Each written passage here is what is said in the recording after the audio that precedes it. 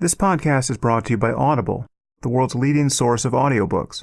If you would like to support it, go to audibletrial.com/Sam Harris.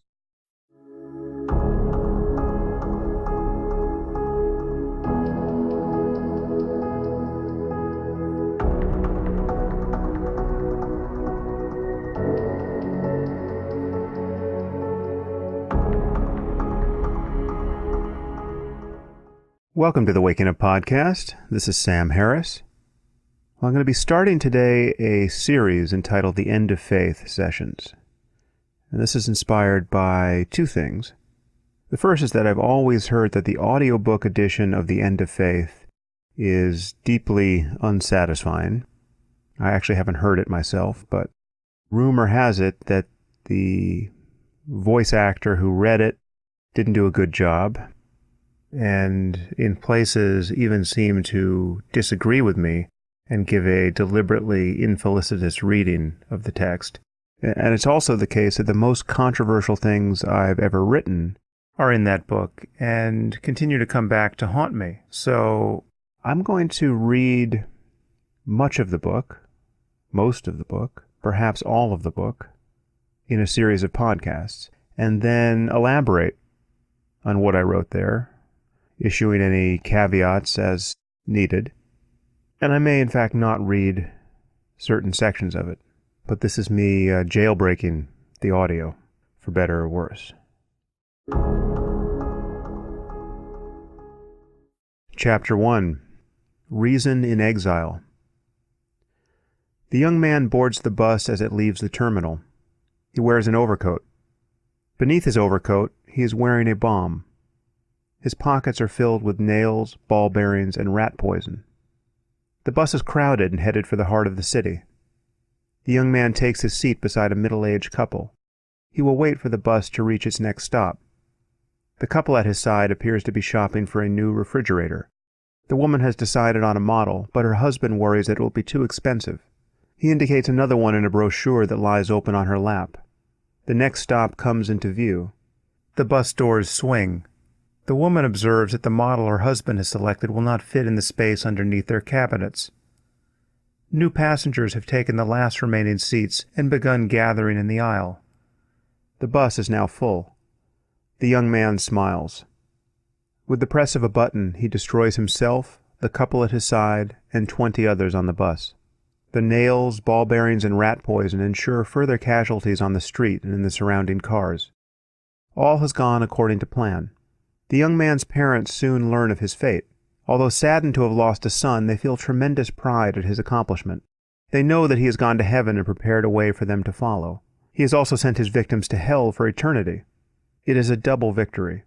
The neighbors find the event a great cause for celebration and honor the young man's parents by giving them gifts of food and money. These are the facts. This is all we know for certain about the young man. Is there anything else that we can infer about him on the basis of his behavior? Was he popular in school? Was he rich or was he poor? Was he of low or high intelligence? His actions leave no clue at all. Did he have a college education? Did he have a bright future as a mechanical engineer? His behavior is simply mute on questions of this sort and hundreds like them. Why is it so easy then, so trivially easy, you could almost bet your life on it easy, to guess the young man's religion? Okay, so that's how I started the book. And this opening has been quite controversial for reasons that make no sense. Many people who object to this beginning, which is a fictionalized account in its details, I'm merely imagining what a prototypical suicide bombing on a bus might be like.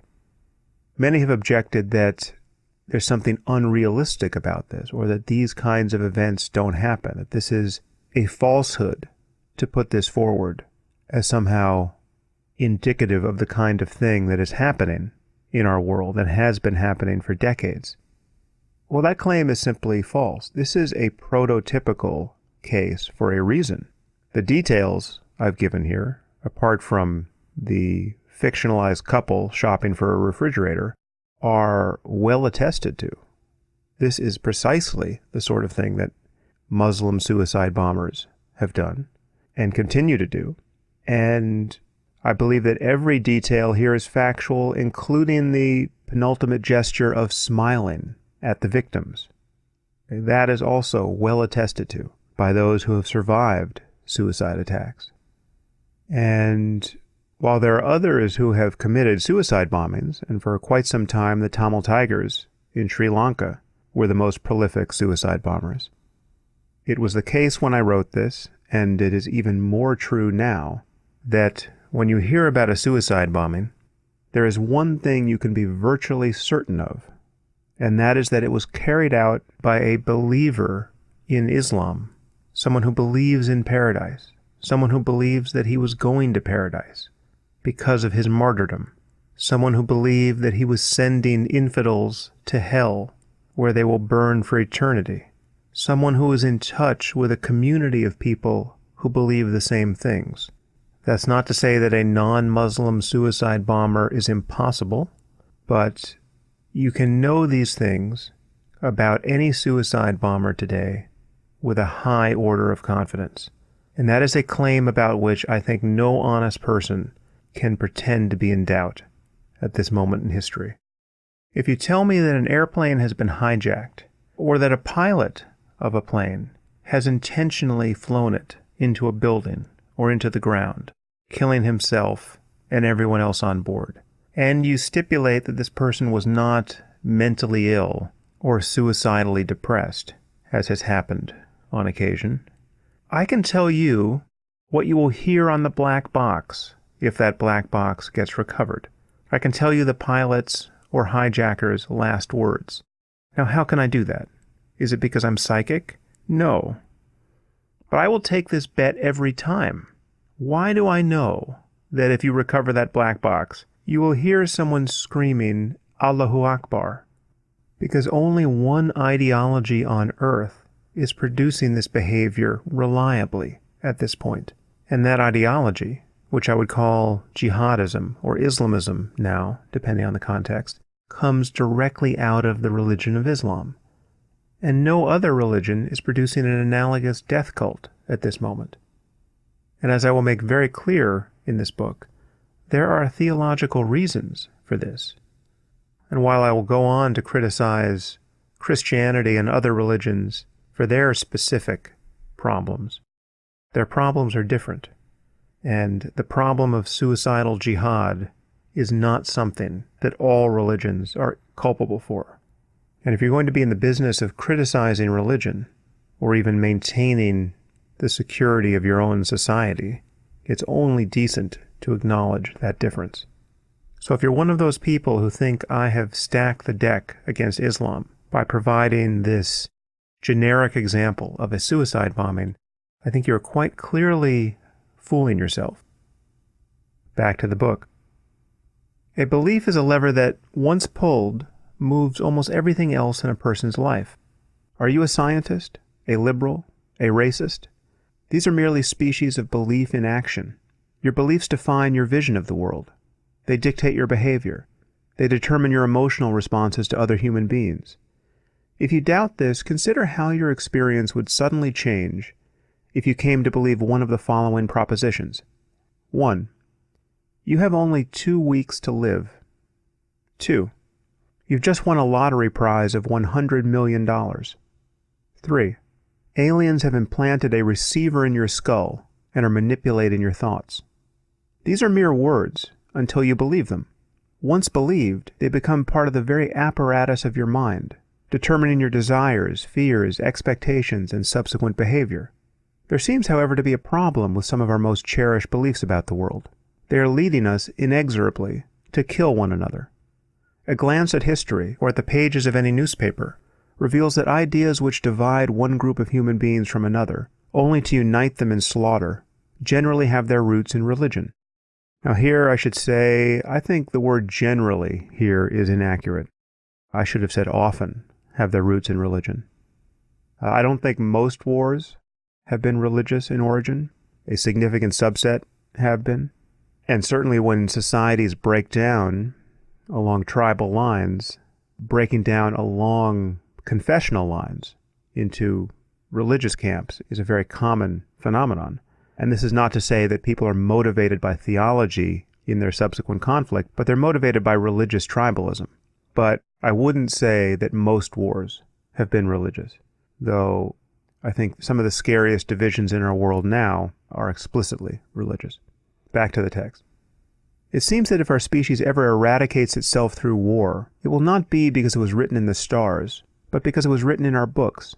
It is what we do with words like God and paradise and sin in the present that will determine our future.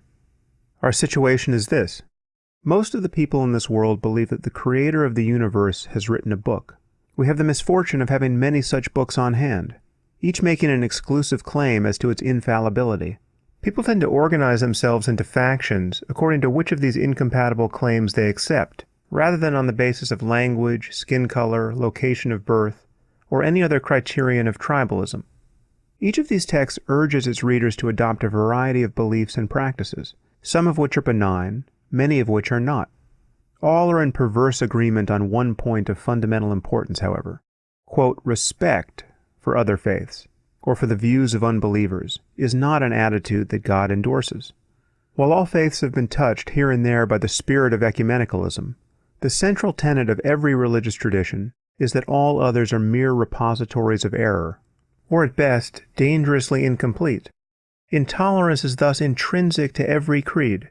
Once a person believes, really believes, that certain ideas can lead to eternal happiness, or to its antithesis, he cannot tolerate the possibility that the people he loves might be led astray by the blandishments of unbelievers. Certainty about the next life is simply incompatible with tolerance in this one. And I certainly stand by this claim. I'm sure I'll revisit this at some point in the book, but just imagine what it would be like. Some of you might in fact know what it's like to be certain that the difference between spending eternity in heaven or eternity in hell turns on whether you believe the right things about a book or about the origin of the universe. Now, many people pretend to believe these things or believe it to some degree, but if you are certain of this, if you are certain that someone with the wrong ideas, by persuading your child to doubt the truth of your religion, has thereby prepared an eternity of suffering for the person you care about most in this world, well, if anything is intolerable, that is worse than your neighbor kidnapping your child and torturing him or her in his basement for a decade, right? And we're talking about an eternity of hellfire. That is the worst possible fate. And what many people lose sight of is that some people really believe that this fate awaits you if you think the wrong things about the origin of a book or about the invisible being who is imagined to have dictated it. And it's only insofar as people are uncertain about these claims, it's only insofar as they doubt these doctrines that they otherwise pay lip service to, that they are capable of behaving themselves in a condition of epistemological pluralism, in a condition of rival truth claims, in a condition where teachers and camp counselors and new friends may lead their children to doubt the truth of their religion. Otherwise, the need to resort to violence is absolutely imperative. What would you do if you knew someone was about to inflict an eternity of misery on your child? You would do whatever it took to stop them. And if you couldn't pass the requisite laws, you would become a law unto yourself. This leaves aside, of course, the curious morality of a God who would do such a thing. God, the omniscient sociopath, who has rigged the game this way, who has condemned to eternal torment people who, by mere accident of birth, by the sheer fact that they have the wrong nouns and verbs in their heads, they will spend eternity being tortured. That is the source of morality on offer in Abrahamic religion. But of that more later. In closing, I'll just say that what we are seeing more and more, especially in the Muslim world, are the antisocial consequences of religious certainty. We see what should otherwise be an unthinkable psychological reality. We see well-educated people with other opportunities, often with families, willing to blow themselves up and going to their deaths in a spirit of jubilation. Watch some of these videos. See the smiles on the faces of people who are about to blow themselves up. Nothing in your life has made you this enthusiastic in recent memory. And this, once again, is the power of belief. You might call it the power of brainwashing if you think that these people are on some level victims of propaganda, fine. But to doubt that they believe what they say they believe makes absolutely no sense in these cases. Back to the book. Observations of this sort pose an immediate problem for us, however, because criticizing a person's faith is currently taboo in every corner of our culture. On this subject, liberals and conservatives have reached a rare consensus. Religious beliefs are simply beyond the scope of rational discourse. Criticizing a person's ideas about God and the afterlife is thought to be impolitic in a way that criticizing his ideas about physics or history is not. And so it is that when a Muslim suicide bomber obliterates himself along with a score of innocents on a Jerusalem street, the role that his faith played in his actions is invariably discounted. His motives must have been political, economic, or entirely personal. Without faith, desperate people would still do terrible things. Faith itself is always and everywhere exonerated. But technology has a way of creating fresh moral imperatives. Our technical advances in the art of war have finally rendered our religious differences, and hence our religious beliefs, antithetical to our survival. We can no longer ignore the fact that billions of our neighbors believe in the metaphysics of martyrdom, or in the literal truth of the book of Revelation, or in any of the other fantastical notions that have lurked in the minds of the faithful for millennia, because our neighbors are now armed with chemical, biological, and nuclear weapons. There is no doubt that these developments mark a terminal phase of our credulity. Words like God and Allah must go the way of Apollo and Baal, or they will unmake our world.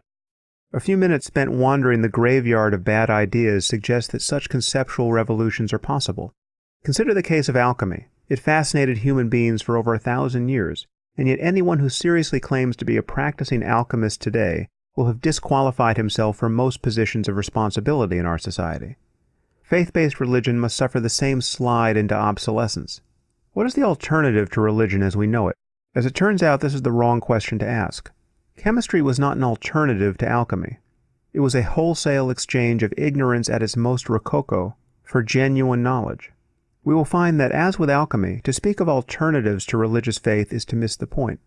Of course, people of faith fall on a continuum.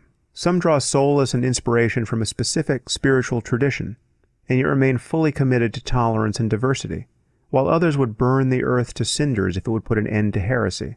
There are, in other words, religious moderates and religious extremists, and their various passions and projects should not be confused. One of the central themes of this book, however, is that religious moderates are themselves the bearers of a terrible dogma. They imagine that the path to peace will be paved once each of us has learned to respect the unjustified beliefs of others. I hope to show that the very ideal of religious tolerance, born of the notion that every human being should be free to believe whatever he wants about God, is one of the principal forces driving us toward the abyss. And this is where I introduce what is perhaps the most controversial point in the book. This is where I implicate so-called religious moderates in the ongoing problem of religious intolerance and religious violence. Needless to say, moderates are better than fundamentalists. If we could turn all fundamentalists into moderates, that would be great. But moderates, because of the respect they demand for religion, and because of their own confusion about what it is that fundamentalists believe, they prevent us from criticizing fundamentalism or even noticing its consequences in the way that we must. And this is something that I spell out at greater length soon. We have been slow to recognize the degree to which religious faith perpetuates man's inhumanity to man. This is not surprising, since many of us still believe that faith is an essential component of human life. Two myths now keep faith beyond the fray of rational criticism, and they seem to foster religious extremism and religious moderation equally. 1. Most of us believe that there are good things that people get from religious faith.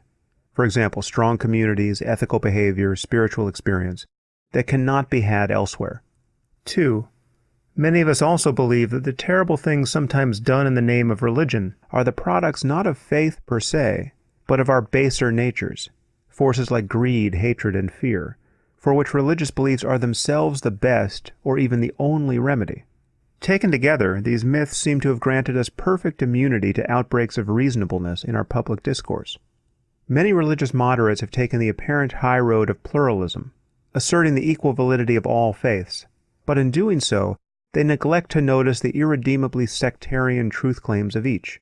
As long as a Christian believes that only his baptized brethren will be saved on the day of judgment, he cannot possibly respect the beliefs of others, for he knows that the flames of hell have been stoked by these very ideas, and await their adherents even now. Muslims and Jews generally take the same arrogant view of their own enterprises, and have spent millennia passionately reiterating the errors of other faiths. It should go without saying that these rival belief systems are all equally uncontaminated by evidence. And yet intellectuals as diverse as H.G. Wells, Albert Einstein, Carl Jung, Max Planck, Freeman Dyson, and Stephen Jay Gould have declared the war between reason and faith to be long over. On this view, there is no need to have all of our beliefs about the universe cohere. A person can be a God-fearing Christian on Sunday and a working scientist come Monday morning without ever having to account for the partition that seems to have erected itself in his head while he slept. He can, as it were, have his reason and eat it too. As the early chapters of this book will illustrate, it is only because the church has been politically hobbled in the West that anyone can afford to think this way. In places where scholars can still be stoned to death for doubting the veracity of the Quran, Gould's notion of a, quote, loving concordat between faith and reason would be perfectly delusional. This is not to say that the deepest concerns of the faithful, whether moderate or extreme, are trivial or even misguided. There is no denying that most of us have emotional and spiritual needs that are now addressed, however obliquely and at a terrible price, by mainstream religion. And these are needs that a mere understanding of our world, scientific or otherwise, will never fulfill. There is clearly a sacred dimension to our existence, and coming to terms with it could well be the highest purpose of human life.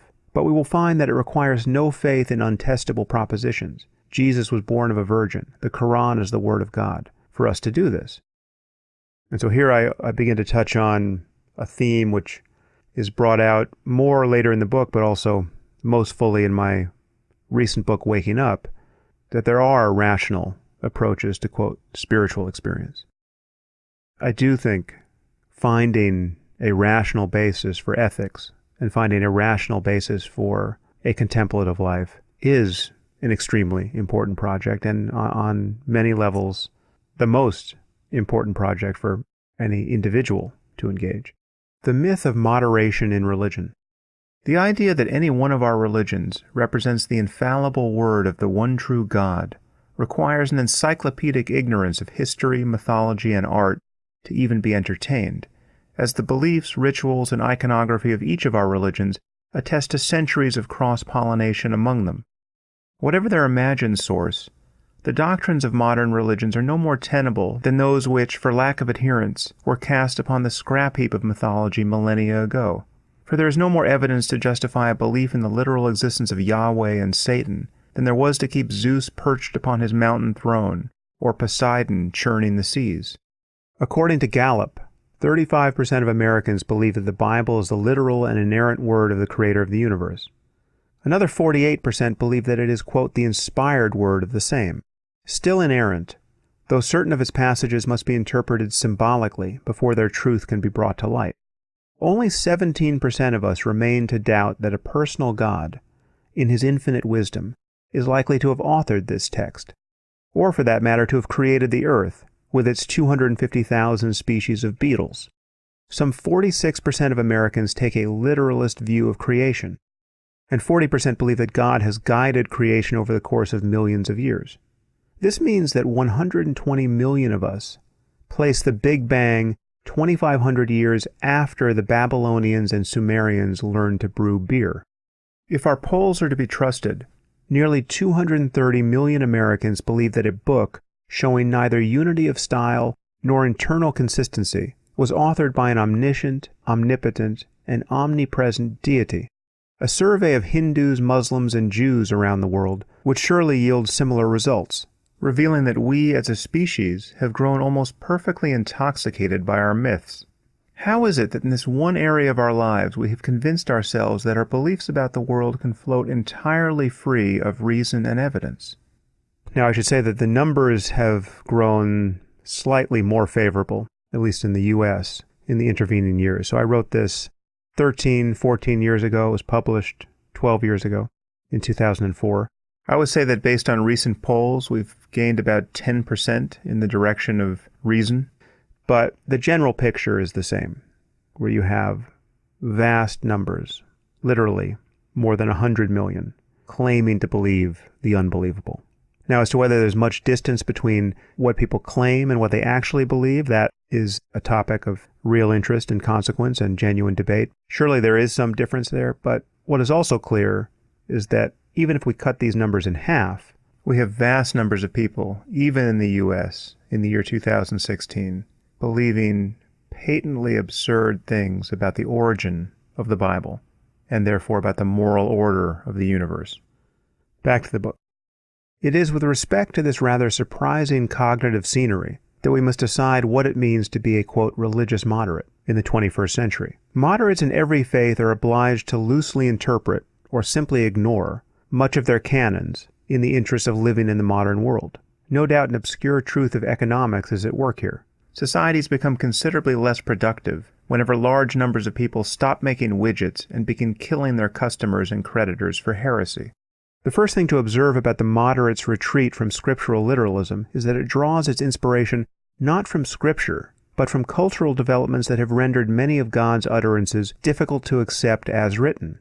In America, religious moderation is further enforced by the fact that most Christians and Jews do not read the Bible in its entirety, and consequently have no idea just how vigorously the God of Abraham wants heresy expunged. One look at the book of Deuteronomy reveals that he has something very specific in mind, should your son or daughter return from yoga class advocating the worship of Krishna. And this is from Deuteronomy chapter 13, verses 7 through 11. If your brother, the son of your father or of your mother, or your son or daughter, or the spouse whom you embrace, or your most intimate friend, tries to secretly seduce you, saying, "Let us go serve other gods," unknown to you or your ancestors before you, gods of the peoples surrounding you, whether near you or far away, anywhere throughout the world, you must not consent. You must not listen to him. You must show him no pity. You must not spare him or conceal his guilt. No, you must kill him. Your hand must strike the first blow in putting him to death, and the hands of the rest of the people following. You must stone him to death, since he has tried to divert you from Yahweh, your God. Okay. Well, that's about as clear an injunction as is possible to write. There is no metaphor there. This is not allegory. This is a direct command to kill people for any semblance of religious diversity. If someone suggests to you that you should be practicing a religion other than the one true one you happen to have in hand, in this case, Judaism, or some variant of Christianity, you should kill him, and you must be the first to kill him. And as is spelled out elsewhere, if you're reluctant to do this, your neighbors should kill you. So this is the sort of behavior we're seeing among not Christians for the most part, though you can get Christians in Africa at the moment killing homosexuals, very much in the spirit of this sort of text. But when you consider a group like the Islamic State, this is the sort of literalism to which they are committed. And analogous passages, obviously, exist in the Quran, as we will see. But as I've often said, the Old Testament of the Bible is the worst of the worst when it comes to precise injunctions to kill people for thought crimes. It's only by a loophole in Judaism that Jews don't consider this an actionable doctrine now. The Messiah has not yet returned, the temple has not been rebuilt, a Sanhedrin has not been reconvened, which is a body of elders that can judge cases of this kind, in this case, a case of heresy. But once all that happens, the ultra-Orthodox believe that this is how we should live, and any Jew who tells you otherwise is either ignorant or lying to you. So, it is by theological and historical accident, not the internal moral resources of the tradition of Judaism, that we are not seeing barbaric Jews murdering their neighbors for religious offenses. And it is by extraordinarily unhappy accidents of theology that we are seeing this among Muslims worldwide. And this is a difference, again, that we have to learn to talk about honestly. Back to the book. While the stoning of children for heresy has fallen out of fashion in our country, you will not hear a moderate Christian or Jew arguing for a, quote, symbolic reading of passages of this sort. In fact, one seems to be explicitly blocked by God himself in Deuteronomy 13, verse 1. Quote, "Whatever I am now commanding you, you must keep and observe, adding nothing to it, taking nothing away." End quote. The above passage is as canonical as any in the Bible, and it is only by ignoring such barbarisms that the good book can be reconciled with life in the modern world. This is a problem for moderation in religion. It has nothing underwriting it other than the unacknowledged neglect of the letter of divine law. The only reason that anyone is, quote, moderate in matters of faith these days is that he has assimilated some of the fruits of the last 2,000 years of human thought: democratic politics, scientific advancement on every front, concern for human rights, an end to cultural and geographic isolation, etc. The doors leading out of scriptural literalism do not open from the inside. The moderation we see among non-fundamentalists is not some sign that faith itself has evolved. It is, rather, the product of the many hammer blows of modernity that have exposed certain tenets of faith to doubt.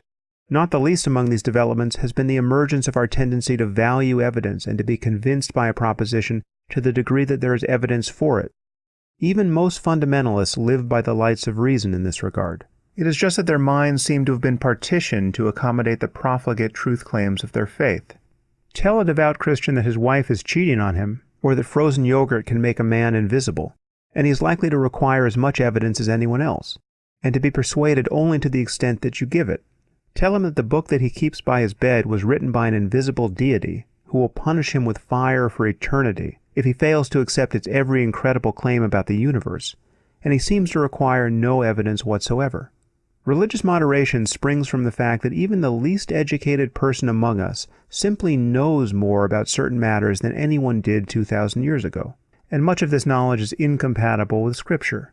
Having heard something about the medical discoveries of the last 100 years, most of us no longer equate disease processes with sin or demonic possession.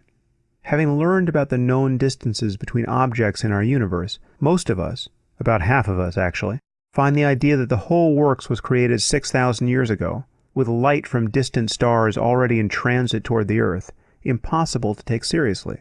Such concessions to modernity do not in the least suggest that faith is compatible with reason, or that our religions are in principle open to new learning. It's just that the utility of ignoring, or, quote, reinterpreting certain articles of faith is now overwhelming. Anyone being flown to a distant city for heart bypass surgery has conceded, tacitly at least, that we have learned a few things about physics, geography, engineering, and medicine since the time of Moses. So it's not that these texts have maintained their integrity over time. They haven't. It's just that they've been effectively edited by our neglect of certain of their passages. Most of what remains, the, quote, good parts, has been spared the same winnowing because we don't have a truly modern understanding of our ethical intuitions and our capacity for spiritual experience. If we better understood the workings of the human brain, we would undoubtedly discover lawful connections between our states of consciousness, our modes of conduct, and the various ways we use our attention. What makes one person happier than another? Why is love more conducive to happiness than hate? Why do we generally prefer beauty to ugliness and order to chaos? Why does it feel so good to smile and laugh? And why do these shared experiences generally bring people closer together? Is the ego an illusion? And if so, what implications does this have for human life? Is there life after death? These are ultimately questions for a mature science of the mind. If we ever develop such a science, most of our religious texts will be no more useful to mystics than they now are to astronomers. And again, this is a claim that I stand behind. The only reason why these books have any integrity left in them, apart from the occasional example of good writing, is that we haven't had fundamental breakthroughs in a rational scientific context on ethics and spiritual experience.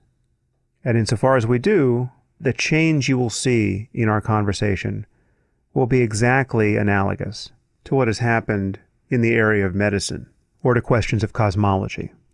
If you're an astronomer looking to the Bible or the Quran for guidance about how to think, in fact, you are not an astronomer. And the same will be true for what I'm calling here a mystic or a contemplative, someone who cares to explore in the laboratory of his own mind the deepest experiences available based on how he uses his attention. And the more we understand about the human mind, the more technology intrudes upon it, the less sane and rational people will fixate on these books.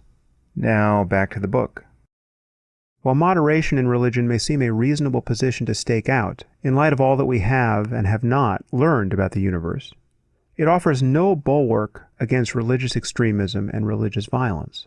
From the perspective of those seeking to live by the letter of the texts, the religious moderate is nothing more than a failed fundamentalist. He is in all likelihood going to wind up in hell with the rest of the unbelievers. The problem that religious moderation poses for all of us is that it does not permit anything very critical to be said about religious literalism.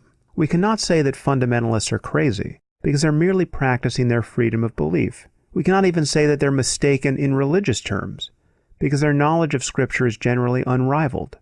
All we can say as religious moderates is that we don't like the personal and social costs that a full embrace of Scripture imposes on us. This is not a new form of faith, or even a new species of scriptural exegesis. It is simply a capitulation to a variety of all too human interests that have nothing in principle to do with God. Religious moderation is the product of secular knowledge and scriptural ignorance, and it has no bona fides in religious terms to put it on par with fundamentalism. Perhaps I should say that again because this is an important point. Religious moderation is the product of secular knowledge and scriptural ignorance. It is by knowing more and more about things beyond religion, and knowing less and less, ultimately, about the details of one's own religion, that one becomes a religious moderate. That, by definition, renders religious moderation unconvincing to a fundamentalist, and intellectually dishonest to an atheist, because the moderate doesn't acknowledge the origins of this transformation in his or her thinking. The moderate pretends that this is somehow coming from the tradition itself, that it's the resources internal to Judaism or Christianity or Islam that have allowed for this moderation. No. Go back to Deuteronomy, now or 1,000 years from now, and you will find that same passage demanding that you kill your daughter if she joins the Hare Krishnas. Back to the book. The texts themselves are unequivocal. They are perfect in all their parts. By their light, religious moderation appears to be nothing more than an unwillingness to fully submit to God's law. By failing to live by the letter of the texts, while tolerating the irrationality of those who do, religious moderates betray faith and reason equally. Unless the core dogmas of faith are called into question, that is, that we know there is a God, and that we know what He wants from us, religious moderation will do nothing to lead us out of the wilderness. The benignity of most religious moderates does not suggest that religious faith is anything more sublime than a desperate marriage of hope and ignorance. Nor does it guarantee that there is not a terrible price to be paid for limiting the scope of reason in our dealings with other human beings. Religious moderation, insofar as it represents an attempt to hold on to what is still serviceable in orthodox religion, closes the door to more sophisticated approaches to spirituality, ethics, and the building of strong communities. Religious moderates seem to believe that what we need is not radical insight and innovation in these areas, but a mere dilution of Iron Age philosophy. Rather than bring the full force of our creativity and rationality to bear on problems of ethics, social cohesion, and even spiritual experience, moderates merely ask that we relax our standards of adherence to ancient superstitions and taboos, while otherwise maintaining a belief system that was passed down to us from men and women whose lives were simply ravaged by their basic ignorance about the world. In what other sphere of life is such subservience to tradition acceptable? Medicine? Engineering? Not even politics suffers the anachronism that still dominates our thinking about ethical values and spiritual experience. And this is a point that I occasionally make, although perhaps not often enough, that one of the other costs to religious moderation is that it blocks the door to a truly rational, truly unembarrassing approach to ethics and spirituality.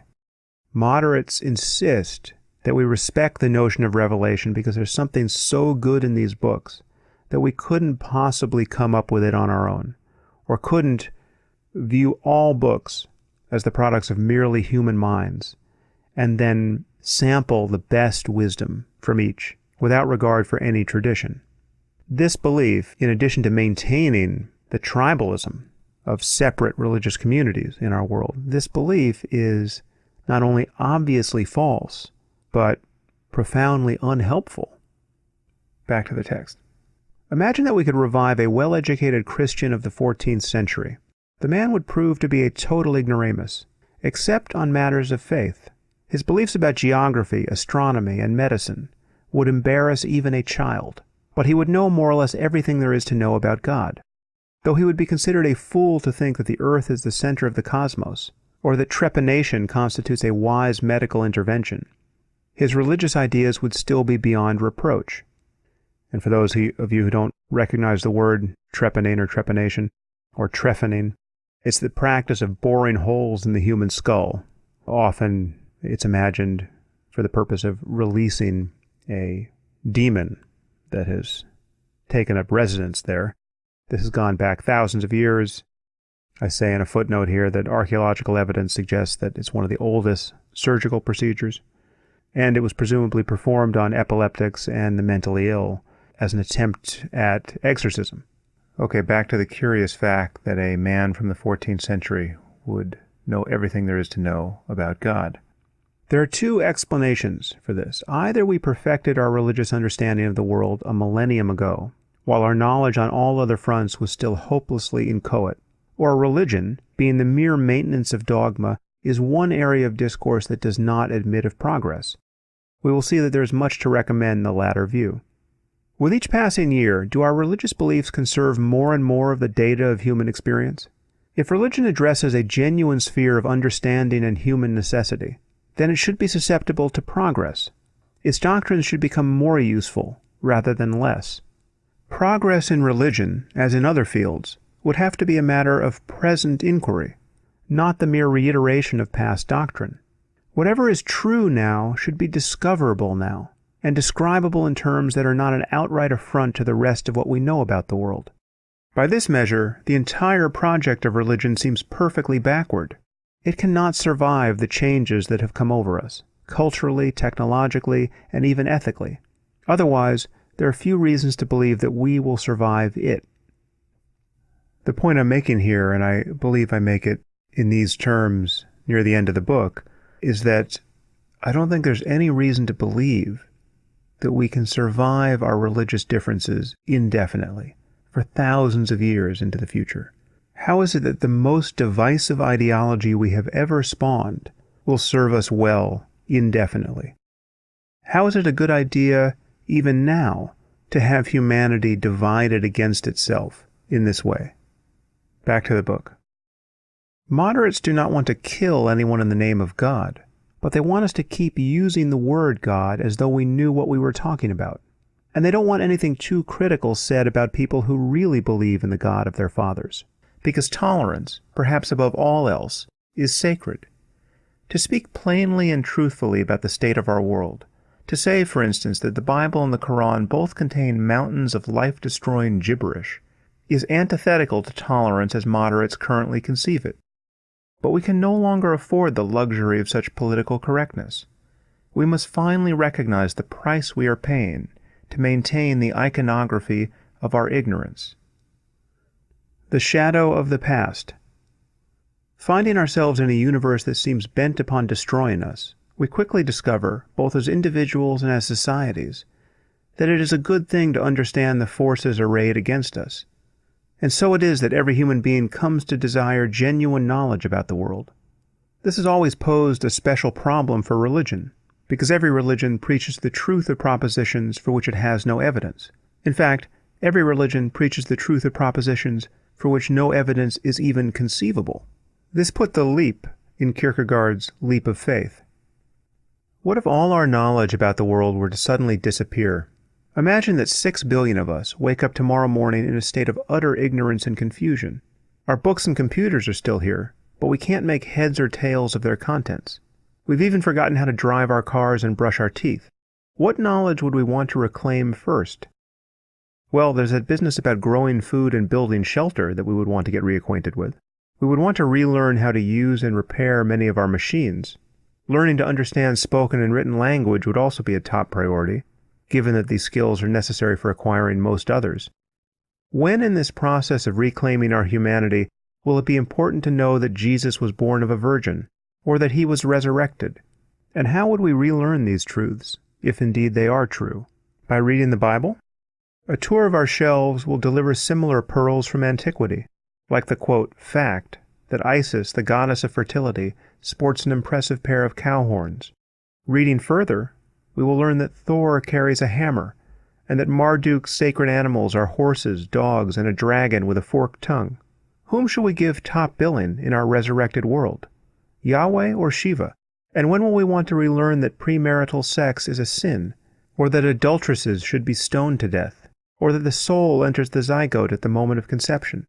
And what will we think of those curious people who begin proclaiming that one of our books is distinct from all others and that it was actually written by the creator of the universe?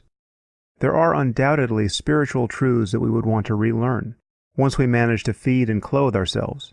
And these are truths that we have learned imperfectly in our present state. How is it possible, for instance, to overcome one's fear and inwardness and simply love other human beings?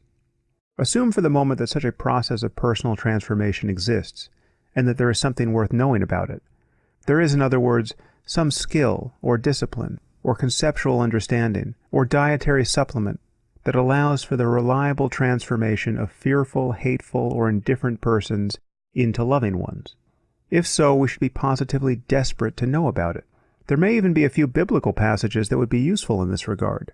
But as for whole rafts of untestable doctrines, clearly there would be no reasonable basis to take them up again. The Bible and the Quran, it seems certain, would find themselves respectfully shelved next to Ovid's Metamorphoses and the Egyptian Book of the Dead. The point is that most of what we currently hold sacred is not sacred for any reason other than it was thought sacred yesterday. Surely if we could create the world anew, the practice of organizing our lives around untestable propositions found in ancient literature, to say nothing of killing and dying for them, would be impossible to justify. What stops us from finding it impossible now? Many have observed that religion, by lending meaning to human life, permits communities, at least those united under a single faith, to cohere. Historically, this is true, and on this score religion is to be credited as much for wars of conquest as for feast days and brotherly love.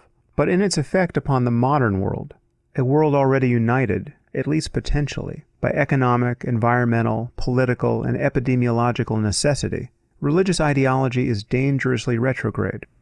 Our past is not sacred for being past, and there is much that is behind us that we are struggling to keep behind us, and to which it is to be hoped we could never return with a clear conscience.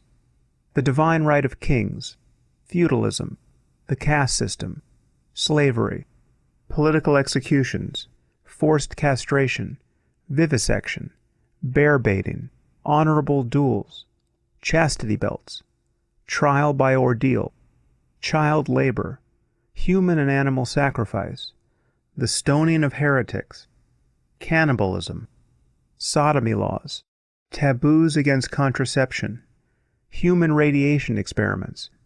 The list is nearly endless, and if it were extended indefinitely, the proportion of abuses for which religion could be found directly responsible is likely to remain undiminished. In fact, almost every indignity just mentioned can be attributed to an insufficient taste for evidence, to an uncritical faith in one dogma or another. The idea, therefore, that religious faith is somehow a sacred human convention distinguished as it is both by the extravagance of its claims and by the paucity of its evidence, is really too great a monstrosity to be appreciated in all its glory. Religious faith represents so uncompromising a misuse of the power of our minds that it forms a kind of perverse cultural singularity, a vanishing point beyond which rational discourse proves impossible. When foisted upon each generation anew, it renders us incapable of realizing just how much of our world has been unnecessarily ceded to a dark and barbarous past. The burden of paradise. Our world is fast succumbing to the activities of men and women who would stake the future of our species on beliefs that should not survive an elementary school education. That so many of us are still dying on account of ancient myths is as bewildering as it is horrible, and our own attachment to these myths, whether moderate or extreme, has kept us silent in the face of developments that could ultimately destroy us. Indeed, religion is as much a living spring of violence today as it was at any time in the past. The recent conflicts in Palestine, Jews versus Muslims, the Balkans, Orthodox Serbians versus Catholic Croatians, Orthodox Serbians versus Bosnian and Albanian Muslims, Northern Ireland, Protestants versus Catholics, Kashmir, Muslims versus Hindus, Sudan, Muslims versus Christians and animists, Nigeria, Muslims versus Christians, Ethiopia and Eritrea, Muslims versus Christians, Sri Lanka, Sinhalese Buddhists versus Tamil Hindus, Indonesia, Muslims versus Timorese Christians, and the Caucasus, Orthodox Russians versus Chechen Muslims, Muslim Azerbaijanis versus Catholic and Orthodox Armenians, are merely a few cases in point. In these places, religion has been the explicit cause of literally millions of deaths in the last 10 years. And here I would say this is, when I say it's the explicit cause here, this is not, I'm not arguing that all of these people, or even most of them, are fighting over theological differences. Most of these conflicts are not produced by religious ideology in the same way that a suicide bomber will blow himself up expecting to get into paradise, but the breakdown of these societies is along religious lines. So it's religious tribalism here, for the most part, that is producing this behavior. And so a recent example of this I would mention is the atrocities being committed by Buddhists in Myanmar against the Rohingya Muslims. Now, there is no doctrine in Buddhism that explicitly enjoins this or even justifies it, but they're Buddhists as Buddhists practicing in-group, out-group tribalism. And this definition of in-group and out-group is clearly defined by religion. So there are two principles here. There's religious tribalism, and then there's specific religious ideas that lead people to do horrendous things based on what they believe very often about the afterlife or about specific crimes in the context of their faith: blasphemy, apostasy, homosexuality, etc. Back to the text. These events should strike us like psychological experiments run amok, for that is what they are. Give people divergent, irreconcilable, and untestable notions about what happens after death, and then oblige them to live together with limited resources. The result is just what we see, an unending cycle of murder and ceasefire. If history reveals any categorical truth, it is that an insufficient taste for evidence regularly brings out the worst in us. Add weapons of mass destruction to this diabolical clockwork, and you have found a recipe for the fall of civilization. What can be said of the nuclear brinksmanship between India and Pakistan if their divergent religious beliefs are to be, quote, respected? There is nothing for religious pluralists to criticize but each country's poor diplomacy, while in truth the entire conflict is born of an irrational embrace of myth. Over 1 million people died in the orgy of religious killing that attended the partitioning of India and Pakistan. The two countries have since fought 3 official wars, suffered a continuous bloodletting at their shared border, and are now poised to exterminate one another with nuclear weapons, simply because they disagree about, quote, facts that are every bit as fanciful as the names of Santa's reindeer. And their discourse is such that they are capable of mustering a suicidal level of enthusiasm for these subjects without evidence.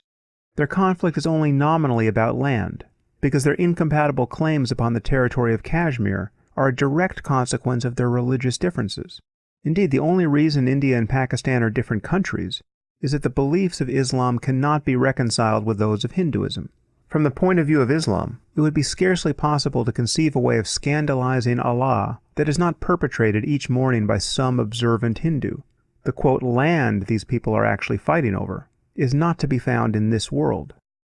When will we realize that the concessions we have made to faith in our political discourse have prevented us from even speaking about, much less uprooting, the most prolific source of violence in our history?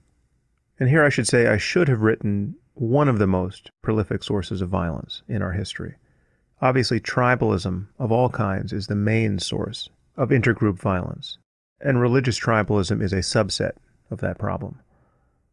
And here's a quotation. Mothers were skewered on swords as their children watched.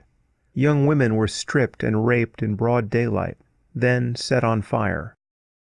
A pregnant woman's belly was slit open, her fetus raised skyward on the tip of a sword, and then tossed onto one of the fires that blazed across the city. End quote. This is not an account of the Middle Ages, nor is it a tale from Middle Earth. This is our world. The cause of this behavior was not economic, it was not racial, and it was not political. The above passage describes the violence that erupted between Hindus and Muslims in India in the winter of 2002. The only difference between these groups consists in what they believe about God. Over 1,000 people died in this month-long series of riots, nearly half as many as have died in the Israeli-Palestinian conflict in more than a decade. And these are tiny numbers, considering the possibilities. A nuclear war between India and Pakistan seems almost inevitable, given what most Indians and Pakistanis believe about the afterlife. Arundhati Roy has said that Western concern over this situation is just a matter of white imperialists believing that, quote, blacks cannot be trusted with the bomb. This is a grotesque charge. One might argue that no group of people can quite be trusted with the bomb, but to ignore the destabilizing role that religion plays on the subcontinent is both reckless and disingenuous. We can only hope that the forces of secularism and rationality will keep the missiles in their silos for a while yet, until the deeper reasons for this conflict can be finally addressed. While I do not mean to single out the doctrine of Islam for special abuse, there is no question that at this point in history, it represents a unique danger to all of us, Muslim and non-Muslim alike.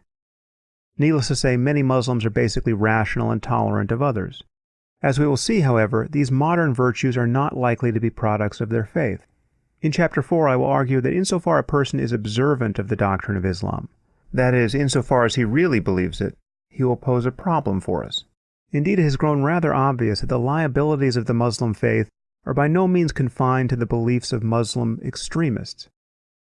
The response of the Muslim world to the events of September 11, 2001, leaves no doubt that a significant number of human beings in the 21st century believe in the possibility of martyrdom. We have, in response to this improbable fact, declared a war on terrorism. This is rather like declaring a war on murder. It's a category error that obscures the true source of our troubles. Terrorism is not a source of human violence, but merely one of its inflections.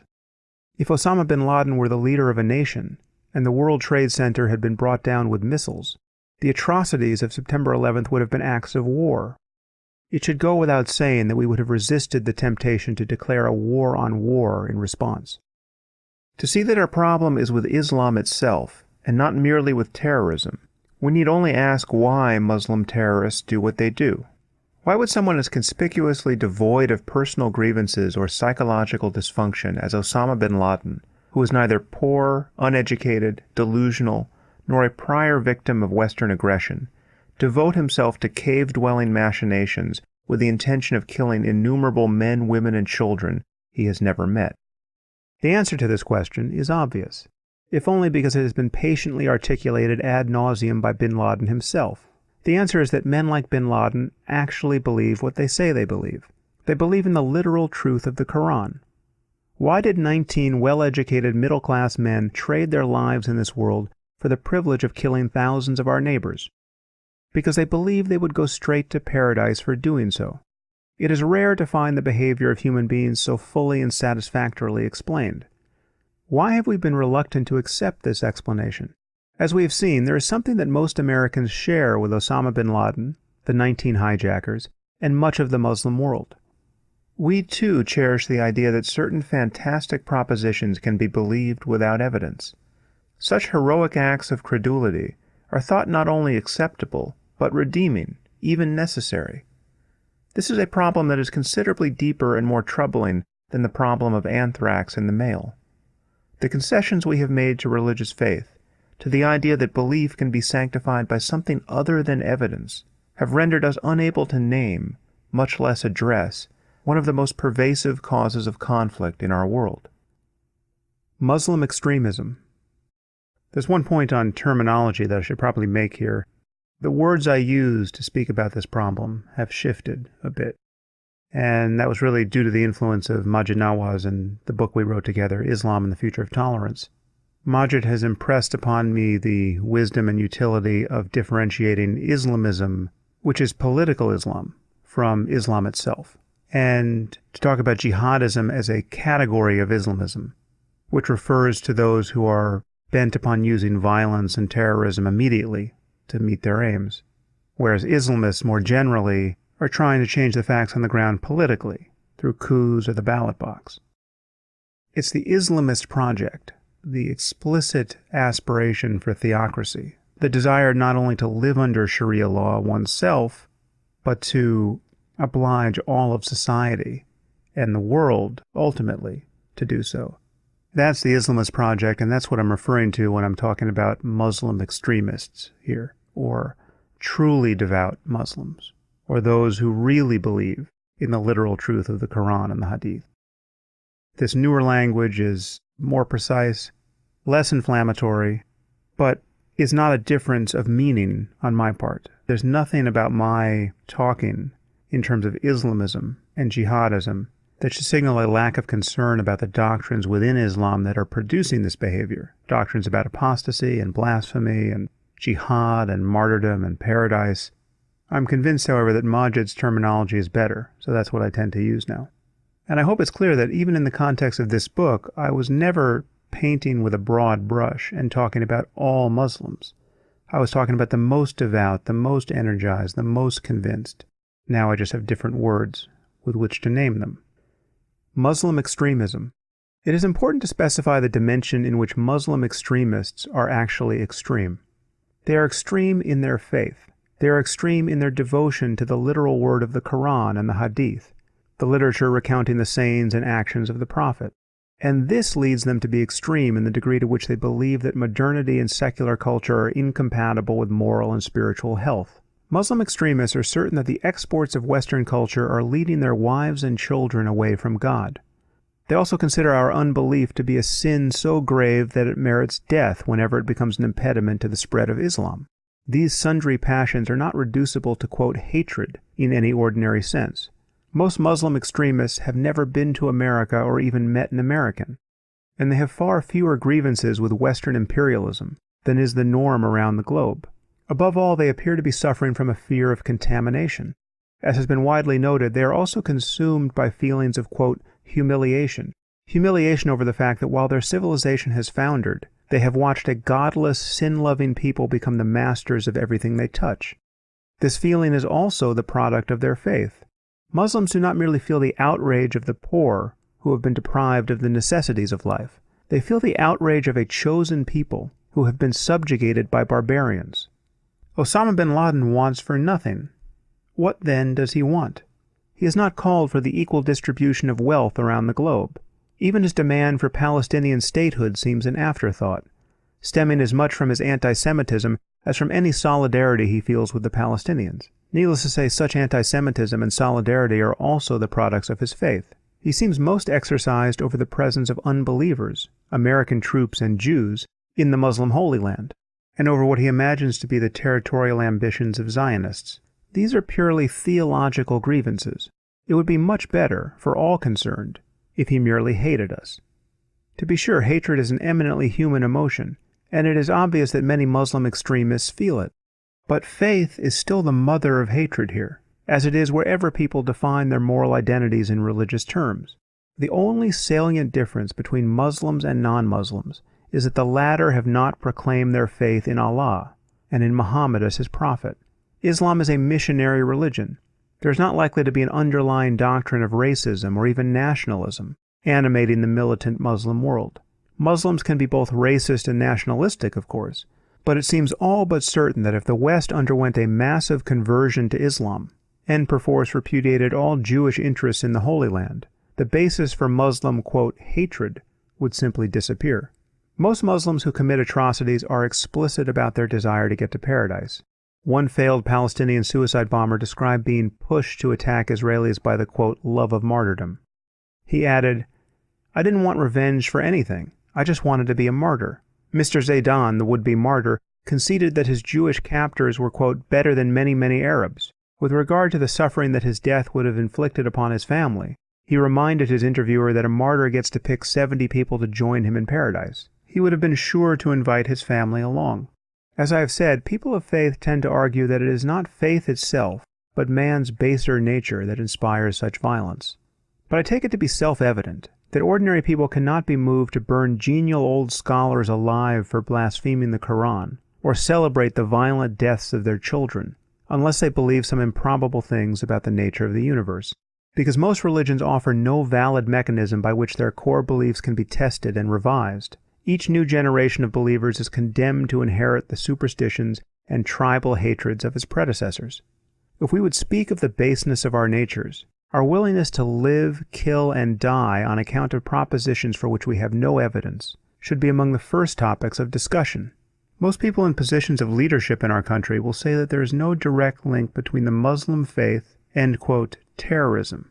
It is clear, however, that Muslims hate the West in the very terms of their faith, and that the Quran mandates such hatred. Once again, I'm not talking about all Muslims. I'm talking about the truly devout, the extremists, the militant. But I don't use those modifiers in every single sentence. And there's a difference between Muslims and the doctrine of Islam. So when I say that Islam mandates such hatred, in general hatred of infidels, that is simply true. That is a fact, both in the Quran and the Hadith. This is a distinction that one has to keep making, unfortunately. When criticizing Islam, one is criticizing a doctrine, a set of ideas, not people. People, that is Muslims, adhere to this doctrine to one or another degree. But when I say, as I do at some point in this book, that we are at war with Islam, I am talking about the set of ideas. There is no point in this book where I suggest, and there was no point while writing it that I ever thought, that we are at war with all Muslims. In fact, the primary victims of Islamic theocracy are themselves Muslims. And I have always felt solidarity with these people who, through no fault of their own, were born into societies where the most basic political freedoms, especially for women, are non-existent. So, as I read this book, please keep these distinctions in mind, because I don't, for reasons that should be obvious, always modify the term Muslim with truly devout, truly observant, truly convinced. Okay, but that is who I'm talking about. A Muslim in this context is someone who really believes the doctrine of Islam, but that is not all the Muslims on earth. Back to the book. It is widely claimed by, quote, moderate Muslims that the Quran mandates nothing of the kind, and that Islam is, quote, a religion of peace. But one need only read the Quran itself to see that this is untrue. Prophet, make war on the unbelievers and the hypocrites, and deal rigorously with them. Hell shall be their home, an evil fate. Believers, make war on the infidels who dwell around you. Deal firmly with them. Know that God is with the righteous. Those are passages from the 9th chapter of the Quran. Religious Muslims cannot help but disdain a culture. And again, I'm distinguishing religious Muslims from those who don't take these kinds of verses seriously. Religious Muslims cannot help but disdain a culture that, to the degree that it is secular, is a culture of infidels. To the degree that it is religious, our culture is the product of a partial revelation, that of Christians and Jews, inferior in every respect to the revelation of Islam. The reality that the West currently enjoys far more wealth and temporal power than any nation under Islam is viewed by devout Muslims as a diabolical perversity, and this situation will always stand as an open invitation for jihad. Insofar as a person is Muslim, that is, insofar he believes that Islam constitutes the only viable path to God, and that the Quran enunciates it perfectly, he will feel contempt for any man or woman who doubts the truth of his beliefs. What is more, he will feel that the eternal happiness of his children is put in peril by the mere presence of such unbelievers in the world. If such people happen to be making the policies under which he and his children must live, the potential for violence imposed by his beliefs seems unlikely to dissipate. This is why economic advantages in education, in and of themselves, are insufficient remedies for the cause of religious violence. There is no doubt that many well-educated middle-class fundamentalists are ready to kill and die for God. As Samuel Huntington and others have observed, religious fundamentalism in the developing world is not principally a movement of the poor and uneducated. And here I should say that Samuel Huntington, who has since died, who gave us the Clash of Civilizations meme, has been much maligned, I think almost entirely unfairly, but any reference to him in liberal circles brands you as an imperialist of some sort. But I think Huntington was generally right. He was certainly right on this point, that religious fundamentalism in the developing world, especially in Muslim-majority societies, and especially in Muslim communities that have migrated to the West, does not correlate with poverty and lack of education. In fact, it is inversely correlated with those things. So, education and economic opportunity are not an obvious remedy for this problem. The problem is we have engineers and architects and pediatricians and people with degrees in computer science who are gravitating to the most extreme jihadist ideology. So how you educate your way out of that situation is anybody's guess. Back to the book. To see the role that faith plays in propagating Muslim violence, we need only ask why so many Muslims are eager to turn themselves into bombs these days. The answer: because the Quran makes this activity seem like a career opportunity.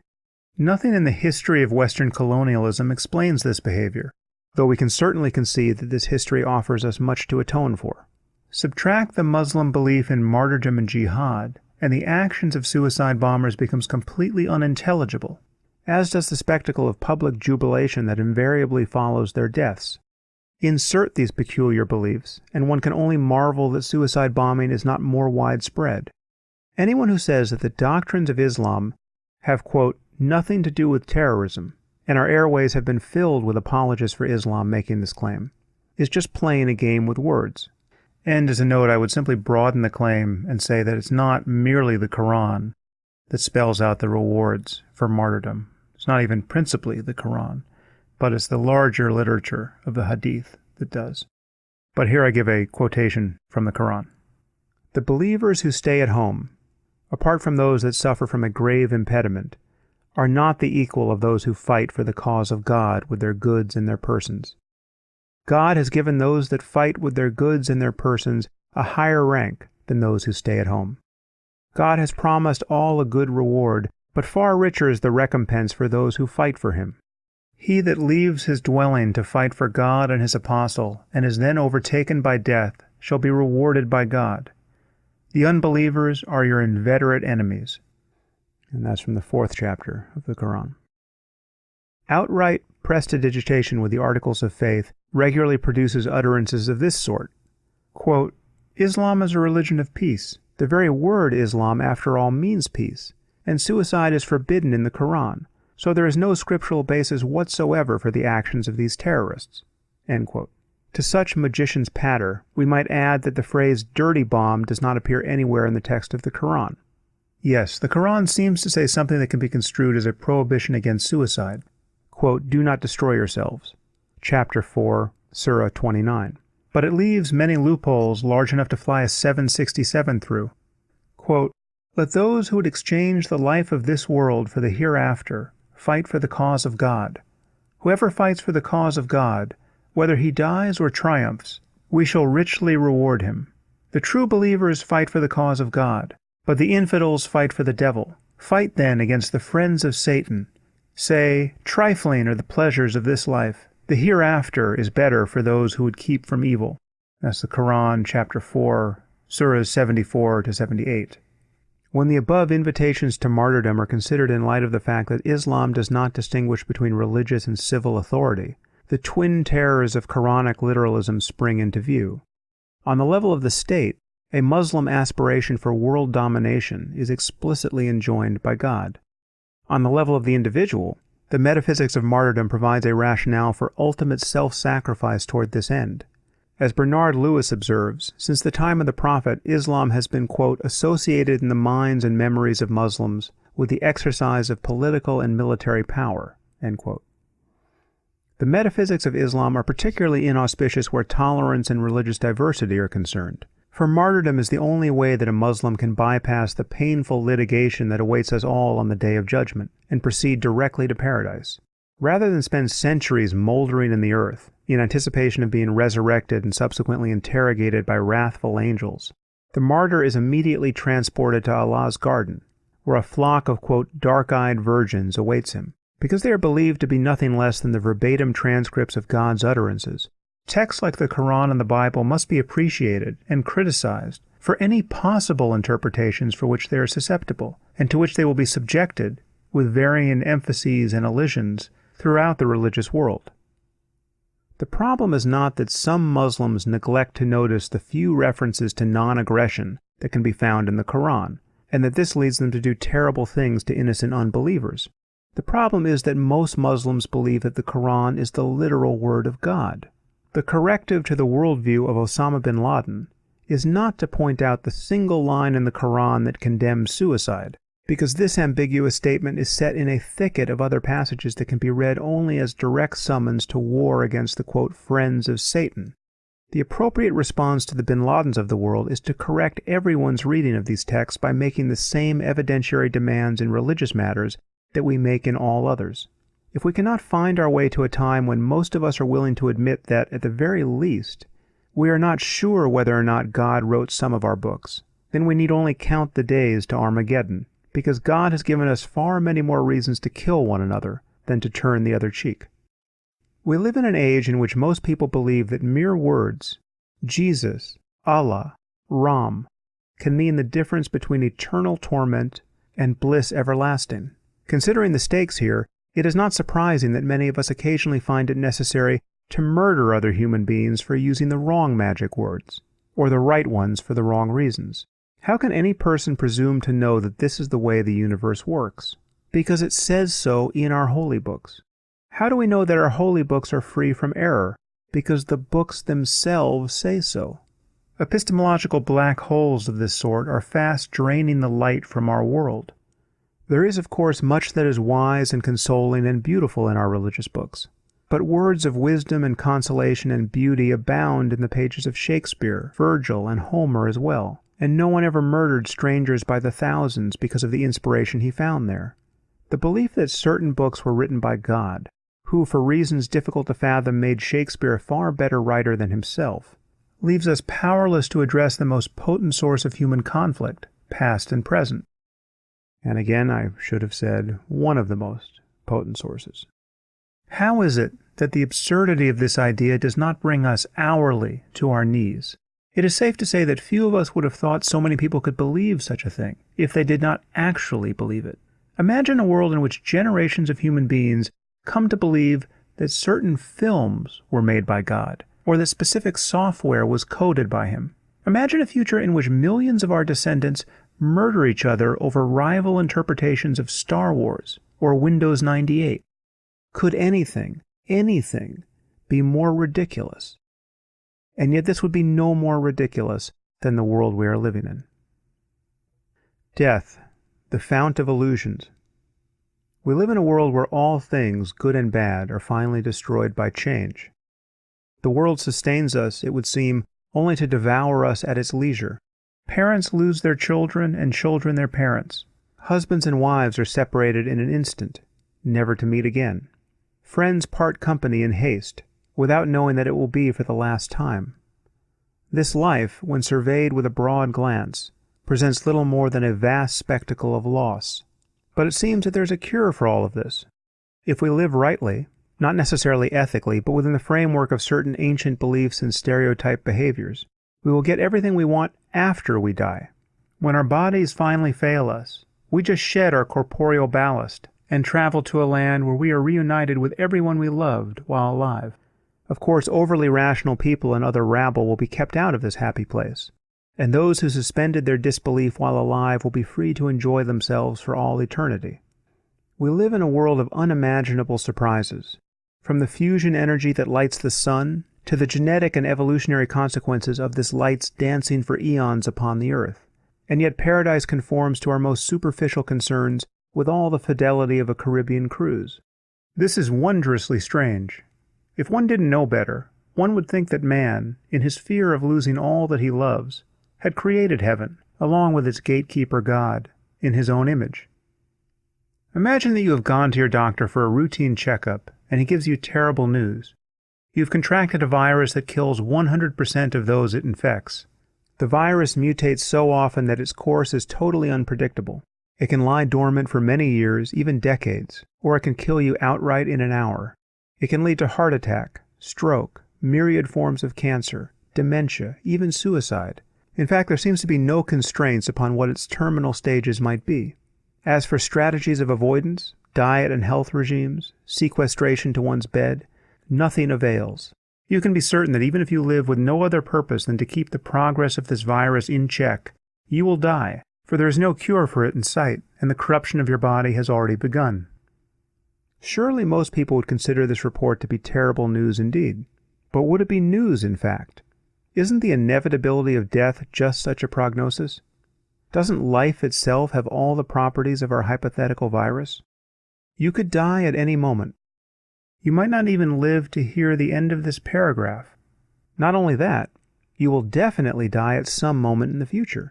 If being prepared for death entails knowing when and where it will happen, the odds are you will not be prepared. Not only are you bound to die and leave this world, you are bound to leave it in such a precipitate fashion that the present significance of anything, your relationships, your plans for the future, your hobbies, your possessions, will appear to have been totally illusory. While all such things, when projected across an indefinite future, seem to be acquisitions of a kind, death proves that they were nothing of the sort. When the stopper on this life is pulled by an unseen hand, there will have been, in the final reckoning, no acquisition of anything at all. And if this were not insult enough, most of us suffer the quiet discomposure, if not frank unhappiness, of our neuroses in the meantime. We love our family and friends, are terrified of losing them, and yet are not in the least free to merely love them while our short lives coincide. We have, after all, ourselves to worry about. As Freud and his descendants never tired of pointing out, each of us is dragged and sundered by diametrical urges, to merge with the world and disappear, or to retreat within the citadel of our own apparent separateness. Either impulse, taken to its extreme, seems to condemn us to unhappiness. We are terrified of our creaturely insignificance, and much of what we do with our lives is a rather transparent attempt to keep this fear at bay. While we try not to think about it, nearly the only thing we can be certain of in this life is that we will one day die and leave everything behind. And yet, paradoxically, it seems almost impossible to believe that this is so. Our felt sense of what is real seems not to include our own death. We doubt the one thing that is not open to any doubt at all. What one believes happens after death dictates much of what one believes about life, and this is why faith-based religion, in presuming to fill in the blanks in our knowledge of the hereafter, does such heavy lifting for those who fall under its power. A single proposition, "You will not die," once believed, determines a response to life that would be otherwise unthinkable. Imagine how you would feel if your only child suddenly died of pneumonia.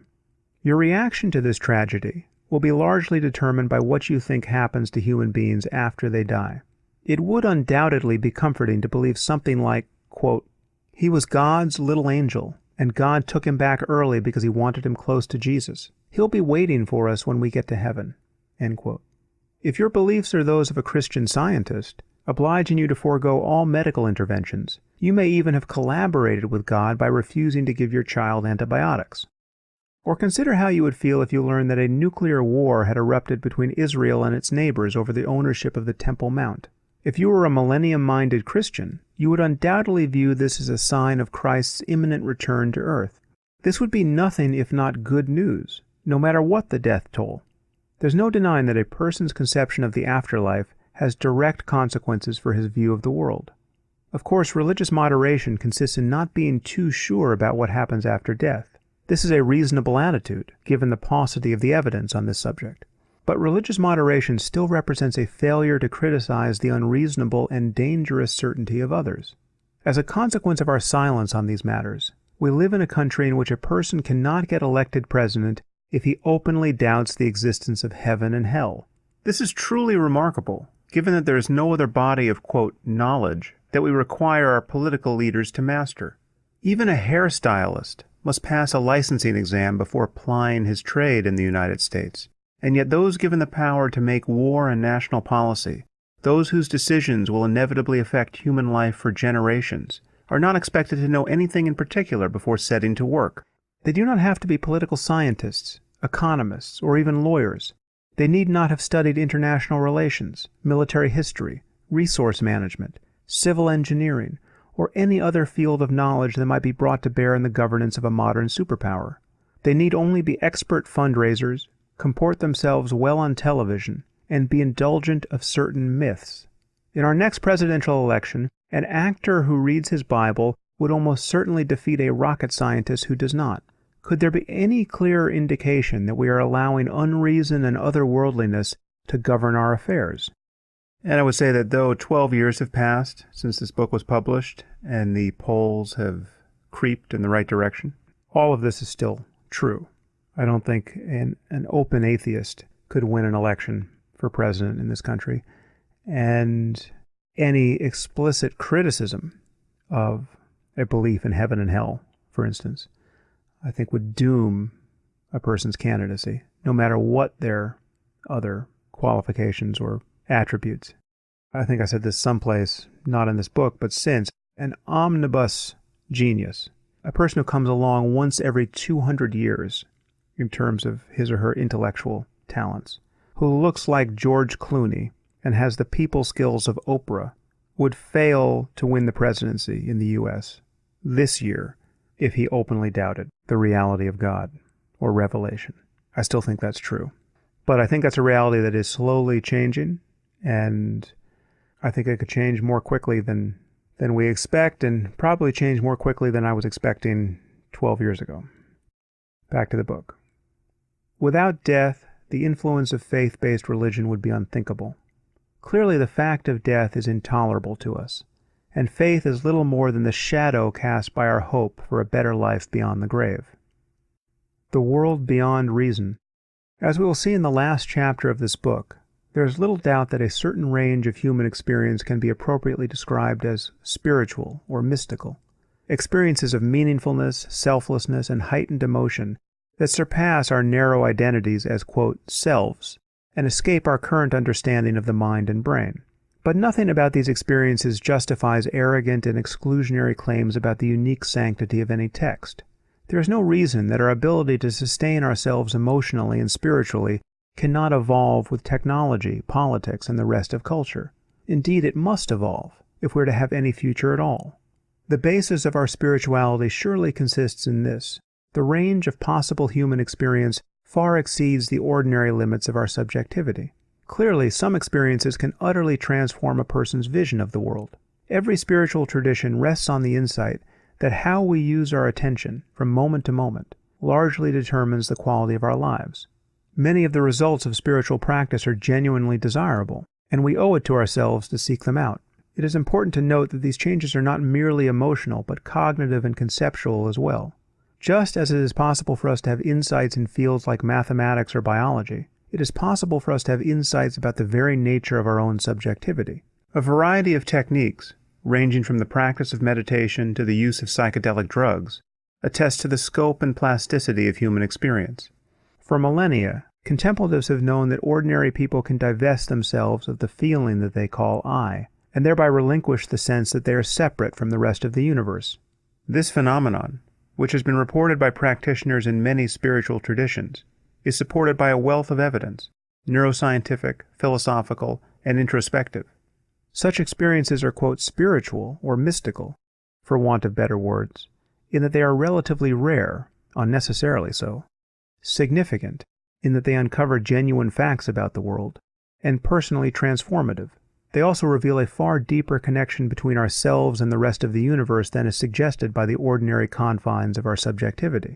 There is no doubt that experiences of this sort are worth seeking, just as there is no doubt that the popular religious ideas that have grown up around them, especially in the West, are as dangerous as they are incredible. A truly rational approach to this dimension of our lives would allow us to explore the heights of our own subjectivity with an open mind, while shedding the provincialism and dogmatism of our religions in favor of free and rigorous inquiry. There also seems to be a body of data attesting to the reality of psychic phenomenon, much of which has been ignored by mainstream science. The dictum that, quote, extraordinary claims require extraordinary evidence remains a reasonable guide in these areas, but this does not mean that the universe isn't far stranger than many of us suppose. It is important to realize that a healthy scientific skepticism is compatible with a fundamental openness of mind. And here I should add a note. I've gotten a lot of flack from this paragraph from my fellow atheists and skeptics. I was not saying here, and there's an attached endnote, which I won't read, but I was not saying that I believe in psychic phenomenon, but I was acknowledging that there is a body of data that reasonable people can interpret as attesting to its existence. But this whole area has been stigmatized as intellectual pornography by mainstream science. I think there's a dogmatic kind of skepticism and closure to these data. And as I've said elsewhere since, in pushing back against the criticism I've received, I think it is telling that no one has come into the lab and demonstrated psychic phenomenon in a way that is convincing. Because if anyone possessed these abilities to a significant degree, this would be among the easiest things to demonstrate in a lab. And the reasons put forward traditionally for why great yogis and mystics don't demonstrate their powers in this way are clearly bullshit. So I think we are wise to be skeptical about these claims, but again, we're not wise to denigrate and demonize people who study the phenomenon. And there are, to my eye, reasonably sober people who have done this and claim that, as a matter of statistics, what they claim to have seen is rather tiny departures from randomness over thousands of trials. So, a random number generator should be kicking off high and low numbers 50% of the time, and by concentrating on its output, people can get the percentage to shift by a fraction of a percent, again, over thousands of trials. This is not the power to bend spoons or read minds that people claim to have witnessed in the world. Now again, I don't know if these data are true, but not obviously crazy or fraudulent people claim to have them in hand in as much quantity as anyone could want. And I think here I'll just read the response to criticism I have on my website in this growing file entitled Response to Controversy, where I've dealt with all the pushback I've gotten on specific topics, just so that there's no more confusion about this among my fellow skeptics. My views on the paranormal, ESP, reincarnation, etc. My position on the paranormal is this. Although many frauds have been perpetrated in the history of parapsychology, I believe that this field of study has been unfairly stigmatized. If some experimental psychologists want to spend their days studying telepathy or the effects of prayer, I will be interested to know what they find out.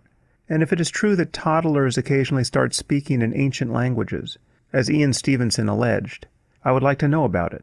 However, I have not attempted to authenticate the data put forward in books such as Dean Radin's The Conscious Universe and Ian Stevenson's 20 Cases Suggestive of Reincarnation. The fact that I have not spent any time on this should suggest how worthy of my time I think such a project would be. Still, I found these books interesting, and I cannot categorically dismiss their content in a way that I can dismiss claims of religious dogmatists. Here I am making a point about gradations of certainty. Can I say for certain that a century of experimentation proves that telepathy doesn't exist? No. It seems to me that reasonable people can disagree about the statistical data. Can I say for certain that the Bible and the Quran show every sign of having been written by ignorant mortals? Yes. And this is the only certainty one needs to dismiss the God of Abraham as a creature of fiction. While I remain open to evidence of psi phenomenon, clairvoyance, telepathy, and so forth, the fact that they haven't been conclusively demonstrated in the lab is a very strong indication that they do not exist.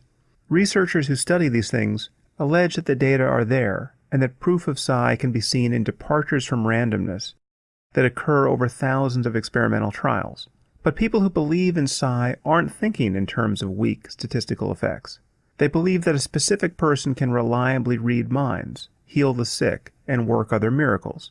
I have yet to see a case in which evidence of such abilities was presented in a credible way.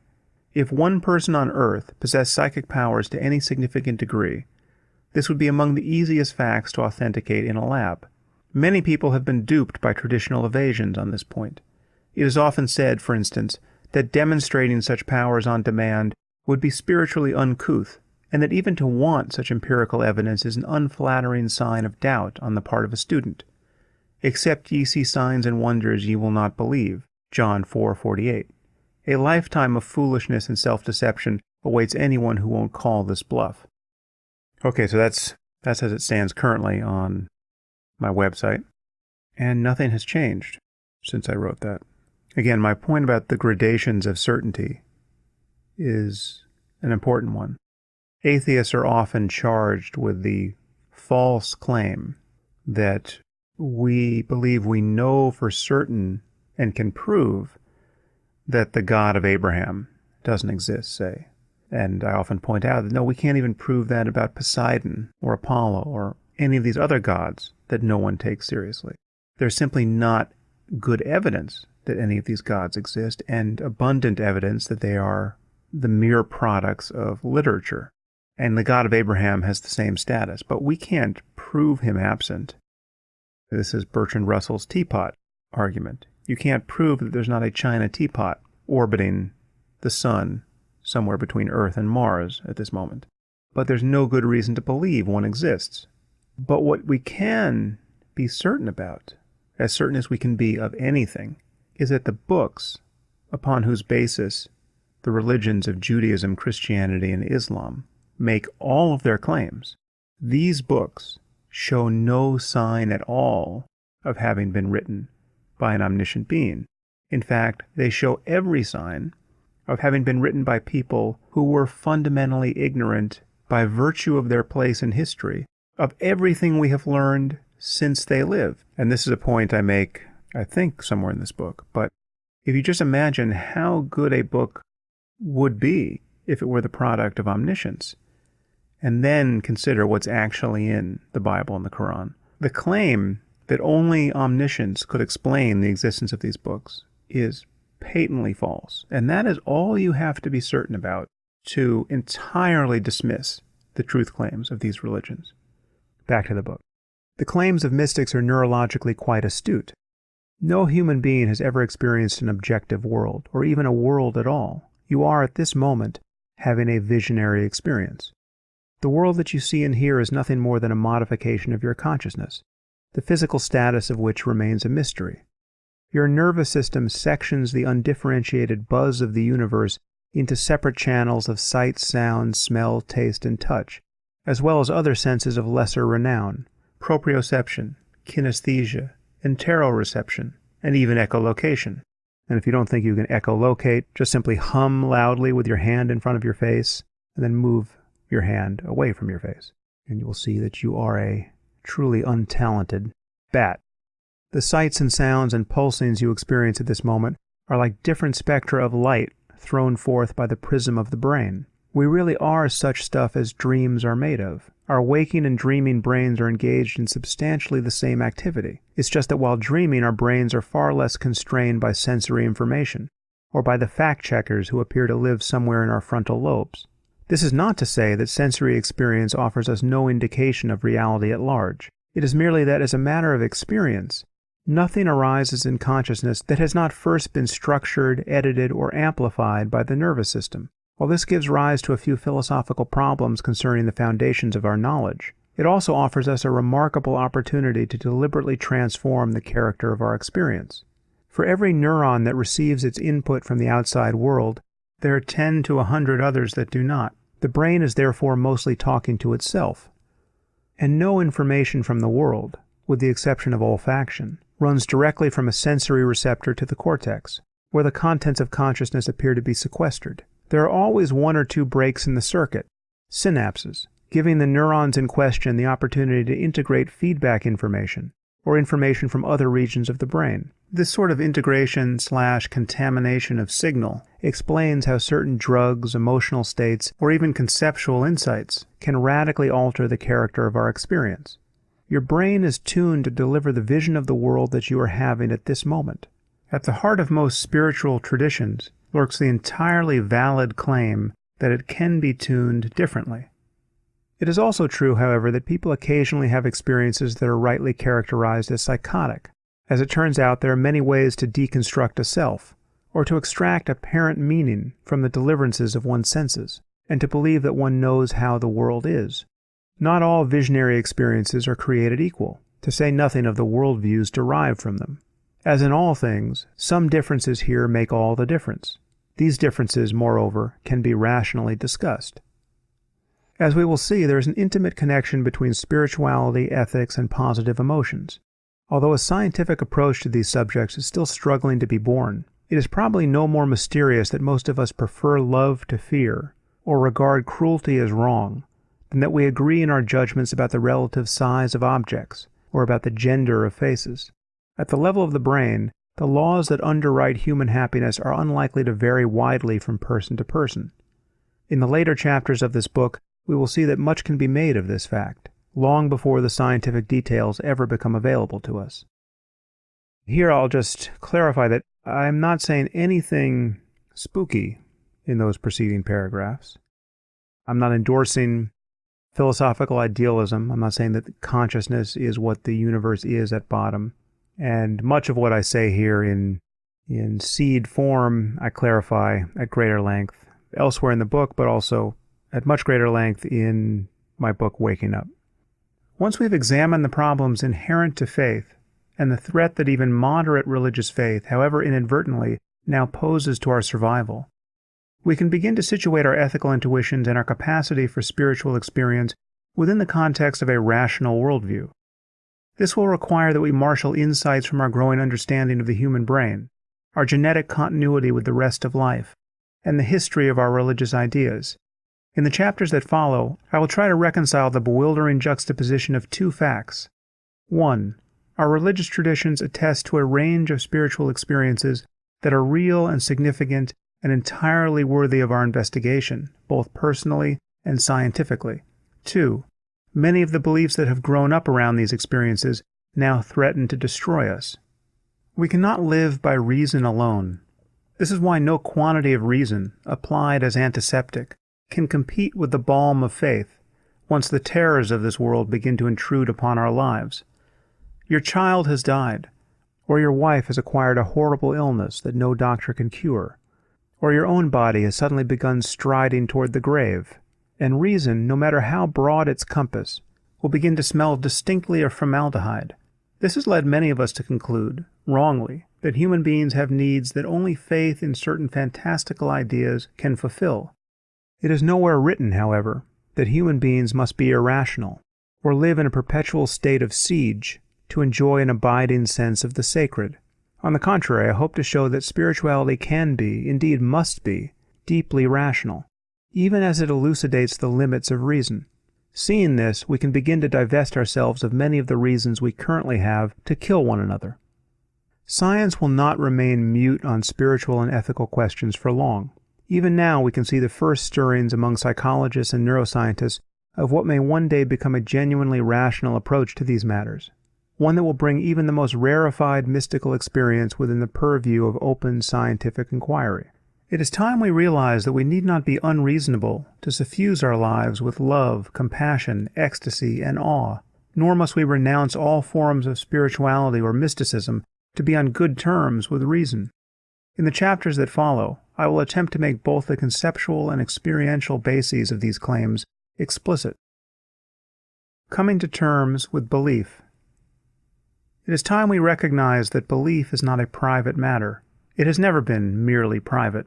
In fact, beliefs are scarcely more private than actions are, for every belief is a fount of action in potentia.